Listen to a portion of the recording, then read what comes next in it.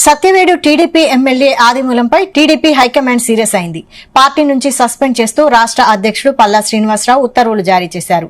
MLA ఆదిమూలం వీడియోల వ్యవహారాన్ని ముఖ్యమంత్రి దృష్టికి పార్టీ నేతలు తీసుకెళ్లారు. దాంతో ఎమ్మెల్యే అంశంపై తనకు నివేదిక ఇవ్వాలని సీఎం ఆదేశించారు.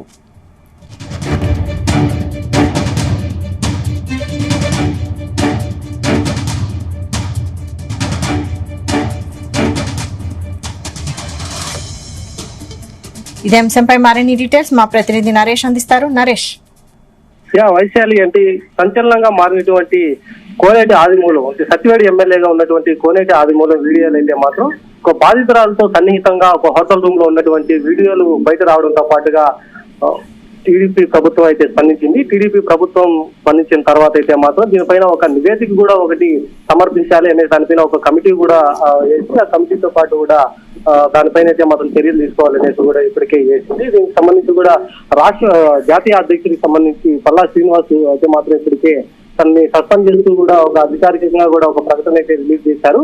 దీని తర్వాత కూడా ఇక్కడ తిరుపతి జిల్లాకు సంబంధించి అయితే మాత్రం ఇది ఒక ఎమ్మెల్యే వీడియో అయితే మాత్రం సంచలనంగా మారింది. దాని తర్వాత కూడా బాధితురాలు కూడా దీనిపైన అయితే ఒక ప్రెస్ మీట్ కూడా పెట్టి తనని లైంగికంగా వేధించారు. అది కూడా తిరుపతి ఫేమస్ హోటల్లో సంబంధించి రూమ్ నెంబర్ 109 అని కూడా సంచలనమైనటువంటి విషయాలు కూడా బయటపెట్టినటువంటి సందర్భం అయితే జరిగింది. దీని ద్వారా కోనేటి ఆదిమూలం అయితే మాత్రం స్పందిస్తూ కూడా తన ఆరోపణలు మాత్రమే అనేసి కూడా చెప్తున్నటువంటి పరిస్థితి అయితే ఉంది.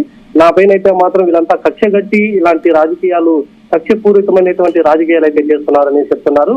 ఎందుకంటే వైసీపీ పార్టీలో మొదటగా ఎమ్మెల్యేగా ఉన్నటువంటి కోనేటి ఆదిమూలం తర్వాత టీడీపీలోకి జాయిన్ అయ్యేసి టీడీపీ నుంచి ఎమ్మెల్యే టికెట్ తీసుకొని మళ్ళీ గెలుపొందిన సంగతి అందరికీ తెలుస్తుంది. దీని ద్వారా అక్కడ ఉన్నటువంటి స్థానికంగా ఉన్నటువంటి నాయకుల మధ్య కొద్దిగా అభిప్రాయాలు భిన్నంగా ఉండటంతో పాటుగా దీనిపైన అయితే మాత్రం ప్రీ ప్లానెడ్ గా ఇలాంటిది చేశారు.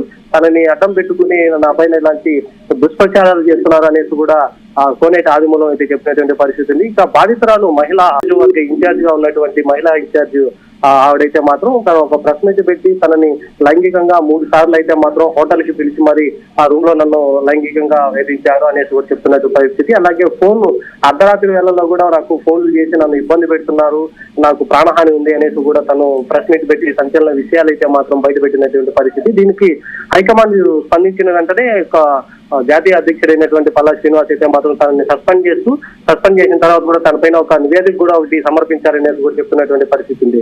సో వైసీపీకి సంబంధించినటువంటి నాయకులు టీడీపీలోకి రావడంతో పాటుగానే ఈ యొక్క రచ్చ అయితే మాత్రం ముదిరి అక్కడ ఉన్నటువంటి స్థానికంగా ఉన్నటువంటి నాయకులు కుమ్మక్కి తన మీద ఆరోపణలు చేశారనేసి ప్రధానంగా ఆరోపిస్తున్నారు.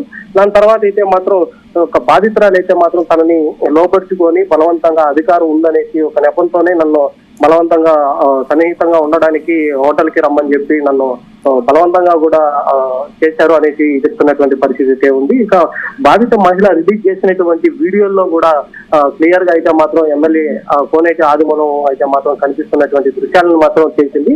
తన దగ్గర చాలా వీడియోస్ ఉన్నాయి. ఫోన్ లోకి వాట్సాప్ కు సంబంధించినటువంటి ఫోన్ కాల్స్ అలాగే మెసేజ్లు ఇవన్నీ కూడా బాధితురాలు అయితే మాత్రం దాన్ని బయట పెట్టినటువంటి పరిస్థితి. ప్రెస్ మీట్ పెట్టి కూడా దాన్ని అంతా అందరికీ రిలీజ్ చేసినటువంటి పరిస్థితి ఉంది. దీన్ని సీరియస్ గా తీసుకున్నటువంటి టీడీపీ ప్రభుత్వం అయితే మాత్రం తనని సస్పెండ్ చేస్తూ కూడా చేసింది. ఇక తదుపరి చర్యలు అయితే మాత్రం తనపైన ఒక నివేదిక వచ్చేంత వరకు కూడా అప్పటి వరకు ఈ యొక్క సస్పెన్షన్ అయితే మాత్రం కొనసాగుతుందనేసి కూడా టీడీపీ వర్గాలు అయితే చెప్తున్నటువంటి పరిస్థితి ఉంది. వైశాలి.